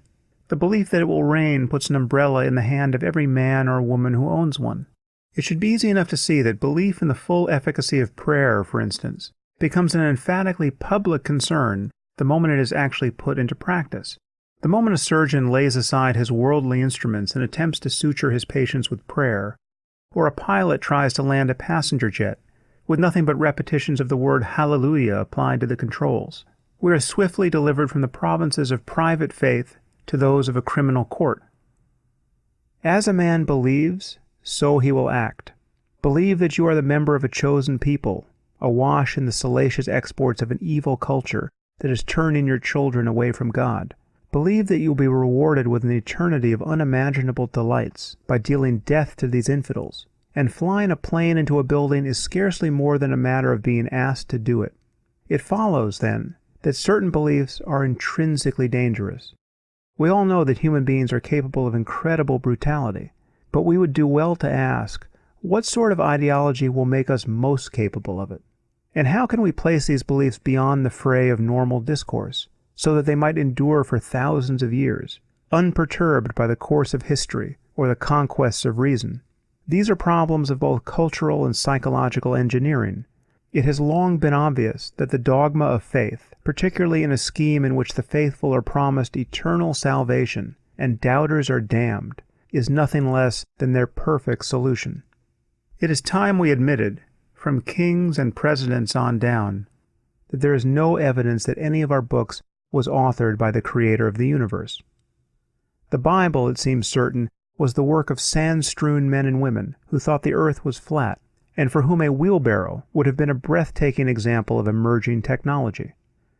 To rely on such a document for the basis of our worldview, however heroic the efforts of redactors, is to repudiate 2,000 years of civilizing insights that the human mind has only just begun to inscribe upon itself through secular politics and scientific culture. We will see that the greatest problem confronting civilization is not merely religious extremism. Rather, it is the larger set of cultural and intellectual accommodations we have made to faith itself. Religious moderates are, in large part, responsible for the religious conflict in our world, because their beliefs provide the context in which scriptural literalism and religious violence can never be adequately opposed. And again, I stand by that claim, though it is provocative and controversial, and again is not incompatible with the observation, which I also believe, that if we could change all fundamentalists and extremists to moderates, that would be a very good thing, and the problem of religion would largely go away. But moderates, in insisting on respect for the notion of revelation, and because of their general reluctance to link specific religious doctrines with specific instances of bad behavior, they stand in the way of an honest criticism of the most dangerous religious ideas. Every sphere of genuine discourse must, at a minimum, admit of discourse, and hence the possibility that those standing on its fringe can come to understand the truths that it strives to articulate. This is why any sustained exercise of reason must necessarily transcend national, religious, and ethnic boundaries. There is, after all, no such thing as an inherently American, or Christian, or Caucasian physics. Even spirituality and ethics meet this criterion of universality, because human beings, whatever their background, seem to converge on similar spiritual experiences and ethical insights when given the same methods of inquiry. Such is not the case with the, quote, truths of religion, however. Nothing that a Christian and a Muslim can say to each other will render their beliefs mutually vulnerable to discourse, because the very tenets of their faith have immunized them against the power of conversation. Believing strongly, without evidence, they have kicked themselves loose of the world. It is therefore in the very nature of faith to serve as an impediment to further inquiry. And yet the fact that we are no longer killing people for heresy in the West suggests that bad ideas, however sacred, cannot survive the company of good ones forever. Given the link between belief and action, it is clear that we can no more tolerate a diversity of religious beliefs than a diversity of beliefs about epidemiology and basic hygiene. There are still a number of cultures in which the germ theory of disease has yet to put in an appearance, where people suffer from a debilitating ignorance on most matters relevant to their physical health. Do we tolerate these beliefs? Not if they put our own health in jeopardy. Even apparently innocuous beliefs, when unjustified, can lead to intolerable consequences. Many Muslims, for instance, are convinced that God takes an active interest in women's clothing. While it may seem harmless enough, the amount of suffering that this incredible idea has caused is astonishing. The rioting in Nigeria over the 2002 Miss World pageant claimed over 200 lives. Innocent men and women were butchered with machetes or burned alive, simply to keep that troubled place free of women in bikinis. Earlier in the year, the religious police in Mecca prevented paramedics and firefighters from rescuing scores of teenage girls trapped in a burning building. Why? Because the girls were not wearing the traditional head covering that Quranic law requires. 14 girls died in the fire. 50 were injured. Should Muslims really be free to believe that the Creator of the universe is concerned about hemlines? Gathering our wits. Recent events have done more than expose our vulnerability to the militant discontents of the world. They have uncovered a dark current of unreason in our national discourse. To see how much our culture currently partakes of the irrationality of our enemies, just substitute the name of your favorite Olympian for God wherever this word appears in public discourse. Imagine President Bush addressing the National Prayer Breakfast in these terms. Quote, "Behind all of life and all history, there is a dedication and a purpose set by the hand of a just and faithful Zeus." Imagine his speech to Congress, September 20th, 2001, containing the sentence, "Fear and freedom, justice and cruelty have always been at war, and we know that Apollo is not neutral between them." Clearly, the commonplaces of our language conceal the vacuity and strangeness of many of our beliefs. Our president regularly speaks in phrases appropriate to the 14th century, and no one seems inclined to find out what words like God and crusade and wonder-working power mean to him. Not only do we still eat the offal of the ancient world, we are positively smug about it. Gary Wills has noted that the Bush White House is, quote, "currently honeycombed with prayer groups and Bible study cells like a whited monastery," end quote. This should trouble us as much as it troubles the fanatics of the Muslim world. We should be humbled, perhaps to the point of spontaneous genuflection, by the knowledge that the ancient Greeks began to lay their Olympian myths to rest several hundred years before the birth of Christ, whereas we have the likes of Bill Moyers convening earnest gatherings of scholars for the high purpose of determining just how the book of Genesis can be reconciled with life in the modern world. As we stride boldly into the Middle Ages, it does not seem out of place to wonder whether the myths that now saturate our discourse will wind up killing many of us, as the myths of others already have.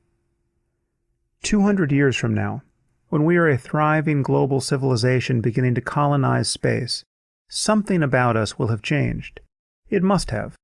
Otherwise we would have killed ourselves 10 times over before this day ever dawned. We are fast approaching a time when the manufacture of weapons of mass destruction will be a trivial undertaking. The requisite information and technology are now seeping into every corner of our world. As the physicist Martin Rees points out, quote, "We are entering an era where a single person can, by one clandestine act, cause millions of deaths or render a city uninhabitable for years," end quote.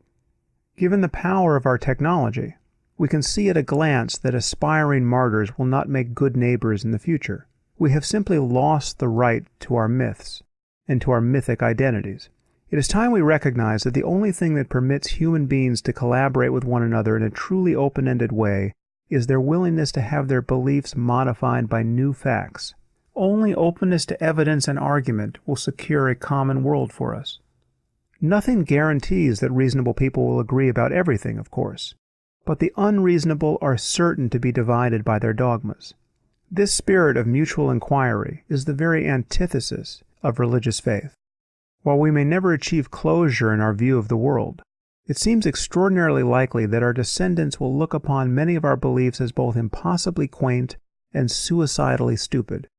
Our primary task in our discourse with one another should be to identify those beliefs that seem least likely to survive another 1,000 years of human inquiry, or most likely to prevent it, and subject them to sustained criticism. Which of our present practices will appear most ridiculous from the point of view of those future generations that might yet survive the folly of the present? It is hard to imagine that our religious preoccupations will not top the list. It is natural to hope that our descendants will look upon us with gratitude, but we should also hope that they look upon us with pity and disgust, just as we view the slaveholders of our all too recent past. Rather than congratulate ourselves for the state of our civilization, we should consider how, in the fullness of time, we will seem hopelessly backward, and work to lay a foundation for such refinements in the present. We must find our way to a time when faith without evidence disgraces anyone who would claim it. Given the present state of our world, there appears to be no other future worth wanting. It is imperative that we begin speaking plainly about the absurdity of most of our religious beliefs. I fear, however, that the time has not yet arrived. In this sense, what follows is written very much in the spirit of a prayer. I pray that we may one day think clearly enough about these matters to render our children incapable of killing themselves over their books. If not our children, then I suspect it could well be too late for us, because while it has never been difficult to meet your Maker, in 50 years it will simply be too easy to drag everyone else along to meet him with you. Okay, well, that was the first chapter of my first book, The End of Faith, and I wrote it in that form before I even knew it was a book chapter. This was something I started writing immediately after September 11th. 2001. I literally think I was writing it on September 12th or 13th. It then became the basis of a book proposal, but it was more or less in that form. And I think I've said this before. I then submitted it to publishers, and it was rejected by no less than 16 of them. In fact, it was rejected by every one but one in the end. I had this experience of hearing from very enthusiastic editors who would then go back to their boss and learn that there was no way in hell that their house was going to publish a book like this, attacking religion. And then all but one passed, and finally, W. Norton offered to publish the book. But even that decision was under a cloud of controversy. I only found this out later, but when I went to meet my editor for the first time, half the team at Norton boycotted the meeting. They literally refused to meet me because they found the proposal, most of which you just heard, so offensive. In particular, my argument that moderate religion is part of the problem. So I would say our conversation on this topic has evolved considerably in the last decade and a half. I frankly don't know what would have happened if Norton had passed on the book. It's hard to see how it would have been published. Self-publishing certainly wasn't a viable or respectable option at that point. But published it was. The book became the first in this wave of new atheist bestsellers, followed by The God Delusion and Breaking the Spell and God is Not Great. And Letter to a Christian Nation was in there. Needless to say, it's been an honor to be associated with Richard and Dan and Hitch for all these years now. I'm planning to read more of the book on the podcast. I certainly don't consider myself the best reader of books, and that's why I didn't read The End of Faith or Letter to a Christian Nation. I just assumed the professionals would do a better job than I could, and then I just heard nothing but complaints about both of those audiobooks. So I've read each of my books since. But it doesn't come easily, I should say, and so if you don't want to spend many more podcasts with me this way, please feel free to let me know. You will spare me a lot of work. And if there is someone in your life who you think would enjoy this podcast who's not listening to it, and who may not even be listening to podcasts at all, you might help them with that problem.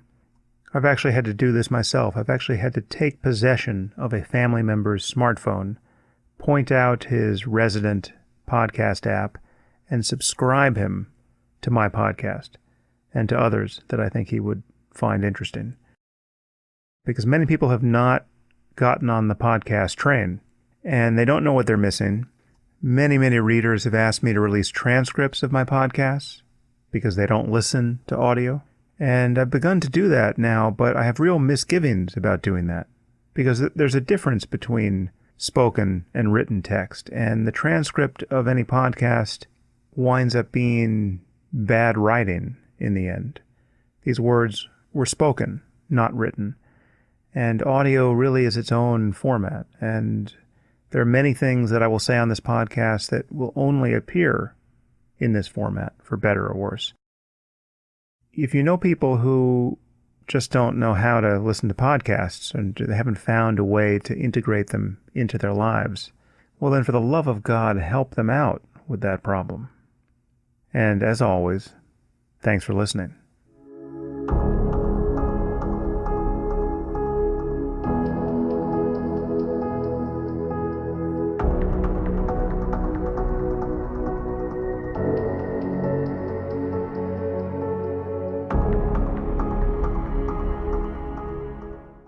If you enjoyed this podcast, there are several ways you can support it.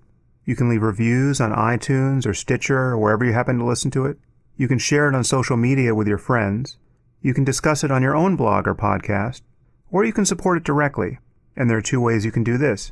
You can leave a donation through my website at samharris.org/donate. Or you can try a membership at Audible, the world's leading source of audiobooks, at audibletrial.com/Sam Harris.